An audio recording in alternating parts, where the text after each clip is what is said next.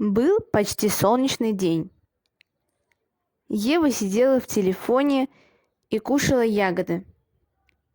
Даша собиралась в гости к подруге, но Ева на нее не обращала внимания, и Даша ушла. Ева осталась одна дома. Ее это никак не пугало, ведь на улице светло, телефон рядом. Чего бояться? Прошло около 2 часов. Ева по-прежнему сидела в телефоне. Еще через час у девочки сел телефон. Она поставила его на зарядку, а сама пошла на кухню. Проходя мимо двери, она услышала странный звук. Но она посчитала это случайностью. Думала, что это соседи. Ева вошла на кухню и посмотрела на часы. На них было 36 минут третьего. Но ведь она знала, что в это время Даша должна была прийти домой.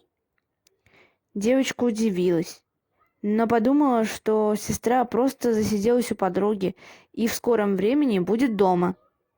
Без телефона ей было скучно.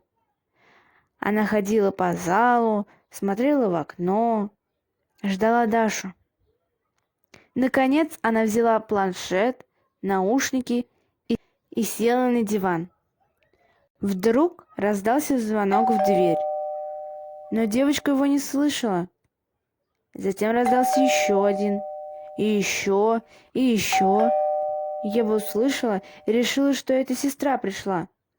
Но вдруг, подойдя к двери, услышала скрип.